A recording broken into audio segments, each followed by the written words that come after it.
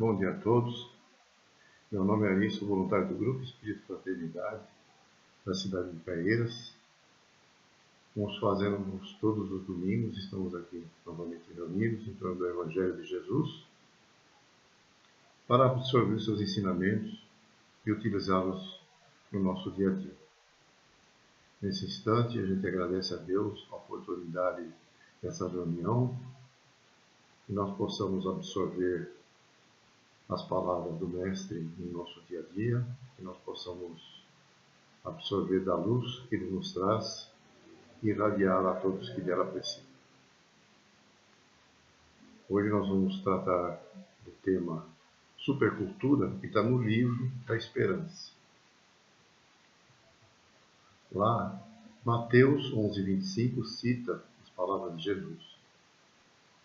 Graças te rendo, Pai, Senhor dos céus e da terra, por haveres ocultado essas coisas dos doutos e dos prudentes, e por as teres revelado aos simples e pequeninos.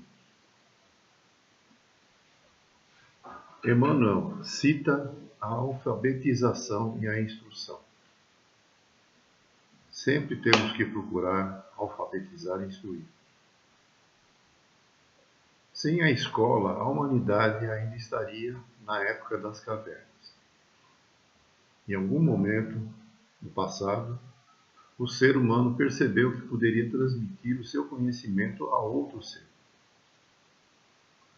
Quando isso ocorreu, é incerto, né? A gente não sabe em que momento aconteceu, mas, de uma maneira intuitiva e natural, é que ela deve ter acontecido, com os jovens aprendendo com os mais velhos, por meio da observação e da prática da mesma forma como fazem os animais, né? Que treinam suas crias para a vida selvagem, né? E da sobrevivência. E esse aprendizado, naquela época, era focado também com as mesmas necessidades de sobrevivência. E era disponibilizado a todos, né?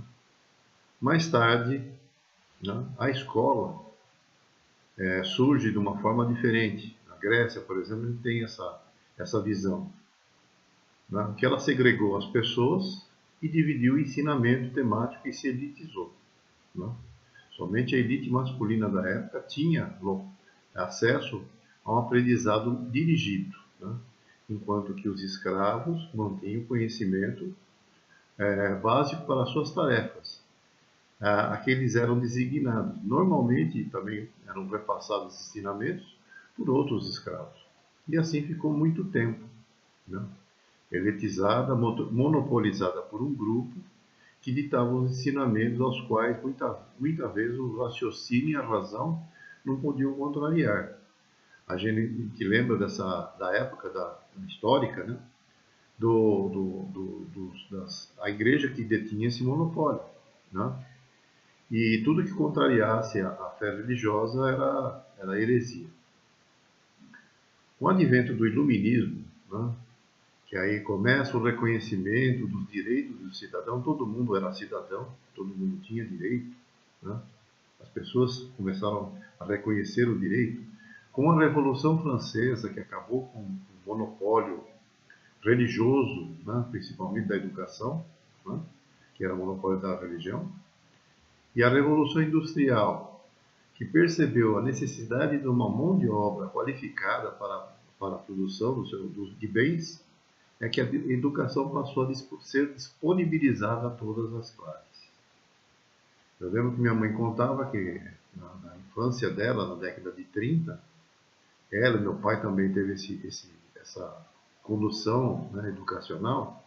Eles tinham até o terceiro ou quarto ano de primário, né? A pessoa saía de lá sabendo ler e escrever. E era só, né? E assim, os bairros só tinham até essa série, vamos dizer, até a terceira ou quarta série. Se a pessoa precisasse ou quisesse estudar mais, se a família se interessasse, logicamente, ela teria que procurar outros locais, né? Muitos iam para São Paulo estudar, né? Ou mandavam seus filhos para São Paulo, né? Então, mais tarde, a educação voltaria a valorizar essa pseudo-intelectualidade de um modo muito forte. Né? E Chico, no livro da Esperança, ele fala, tá? Na época que escreveu esse livro, as escolas, muitas delas, se desvirtuaram. Informam, mas não formam. Ilustram, mas não educam. As escolas do passado preocupavam-se mais com o coração.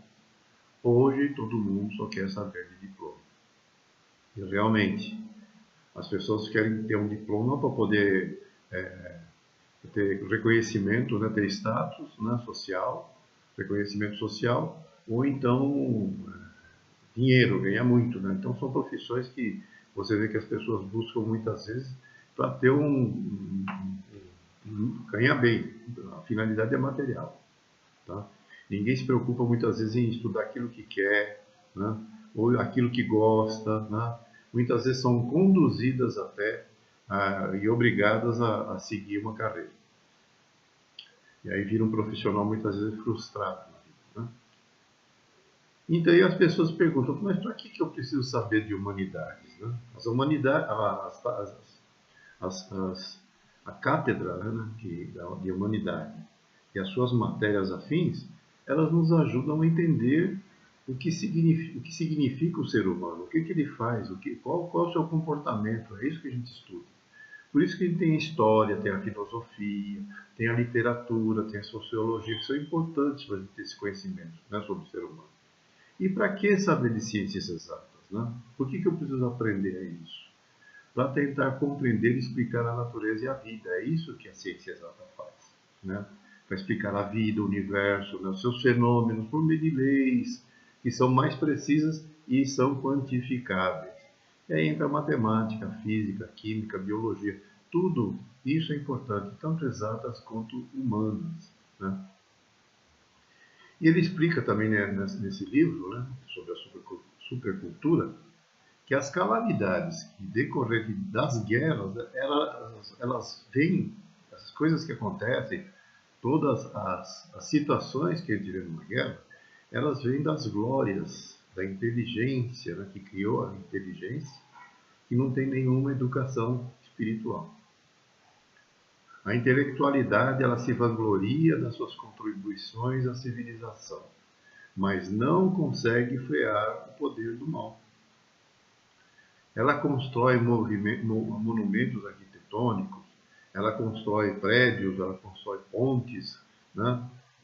Que ainda cria naves que cruzam o mar, né? Que cruzam o ar, e ao mesmo tempo ela cria equipamentos para destruir isso aí de uma hora para outra, para pulverizar essas coisas. Tudo aquilo que ela cria com tanta devoção e carinho, ela cria também um instrumento para destruir de uma vez aqui. Ela cria facilidade para o nosso dia a dia, mas não combate a obsessão e a depressão que geram o ócio dessas facilidades muitas vezes. Né? A gente deve estimular o raciocínio, mas não pode descuidar do sentimento. A gente deve aprimorar o sentimento, mas também não deve desprezar o raciocínio. O Espiritismo é uma escola da alma. Ele fala no livro também que a educação e a reeducação, elas formam a obra de aprimoramento do mundo.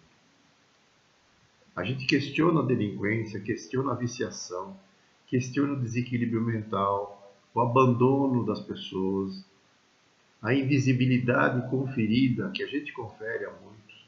Porém, nada a gente faz em prol de acolher, de amparar, de esclarecer, de apoiar, de educar, encaminhar, né, para soluções assim adequadas, definitivas. Né? Prevenir e recuperar são atitudes que se ampliam entre os homens, tá? À medida que se acentua o progresso. A gente não tem como deixar de recuperar. Prevenir é lógico, mas também não temos como deixar de recuperar. Tá? A gente tem que lembrar Jesus, que ele disse num trecho, que a chama da cabeça não derrama a luz da felicidade sem o óleo do coração. Chico Xavier ele reforça a necessidade de estudo também, quando ele diz: na ignorância não é possível enxergar o caminho real que Deus traçou a cada um de nós na terra. Todos nós, crianças, jovens, adultos ou maduros ou velhos, né, como ele diz, os idosos, devemos estudar sempre. E ainda tem um trecho que diz: espíritas, instruí-vos. Está lá no Evangelho segundo o Espiritismo, capítulo 7, né? Lá no Bem-aventurados os pobres de espírito. No item 12, o Espírito que dá a mensagem, ele fala: homens, por que vos queixais das calamidades que vós mesmos amontoastes sobre vossas cabeças? Desprezastes a santa e divina moral do Cristo, não vos espanteis, pois, que a taça da iniquidade haja transbordado de todos os lados. E aí a gente vê o mal surgir, né? Que a gente vê por aí, e quem culpar senão a nós mesmos? Que a gente vai ver lá por que a gente procura se destruir mutuamente, né? E não vai haver felicidade sem que a gente tenha a benevolência entre nós, de mútua, né? De ambos os lados. E assim, a benevolência, ela pode conviver com o orgulho? Não. A fonte de todos os males é o orgulho. Tudo isso que a gente vê acontecendo por aí é consequência do orgulho e egoísmo. E a gente deve destruir esses males para não ficar eternizando as suas consequências. Essas coisas que a gente vê são consequências disso, né? E existe um meio infalível para a gente tornar essas ações, né, nas nossas ações, que é a lei do Cristo, né? Muitas vezes abandonada ou adulterada pelos homens. Estimamos mais aquele que brilha e encanta do que aquele que toca o coração. A gente abre a porta para um rico imoral e vicioso, mas ele ignora um trabalhador digno, né? Um bom trabalhador. A gente dispensa consideração ao ouro que a pessoa possui, né? Ou então ao nome daquela pessoa, né? E pouco se interessa se ele corrige ou não seus defeitos. E o orgulho, ele é indulgente com aquilo que lhe agrada. Aí a gente fala tempo de ganância, tempo de ambição e bens materiais, né? Mas por que nós deixamos que as necessidades materiais superem o bom senso e a razão? Por que cada um quer se elevar acima do seu irmão? É por isso que hoje a sociedade tem essas consequências, né? Esse estado de coisas que a gente vê por aí é sinal de decadência moral. E quando o orgulho chega ao extremo, é indício que vai haver uma queda próxima, pode ter certeza. A arrogância, ela tem consequências conforme a lei divina. A espiritualidade, ela vem nos esclarecer que abramos os olhos à luz da verdade. Quando ela fala, bem-aventurados os pobres de espírito, que vosso é o reino de Deus, a gente tem que ficar com a definição tipo do Eliseu Rigonati, entre vários outros, né? Que os pobres de espírito para o mundo são os humildes, né? Os modestos, os bondosos, os que colocam os deveres da fraternidade acima de tudo e não os orgulhosos, né? Os espíritos nos dizem, com a autoridade das suas próprias experiências, quanto às vaidades e a grandezas que a gente tem na nossa passagem rápida por esse planeta, né? Nossa rápida existência. E elas são mesquinhas se a gente for comparar com a nossa eternidade. Essa mensagem é de 1862 e é muito atual. E foi trazida por Adolfo, o bispo de Argel, tá? Está lá no Livro dos Espíritos. Era o tema para o dia de hoje. Eu agradeço a todos pelo acompanhamento das nossas lives e que nós possamos estar aqui na próxima semana para mais uma reunião. Um abraço a todos, fiquem com Deus.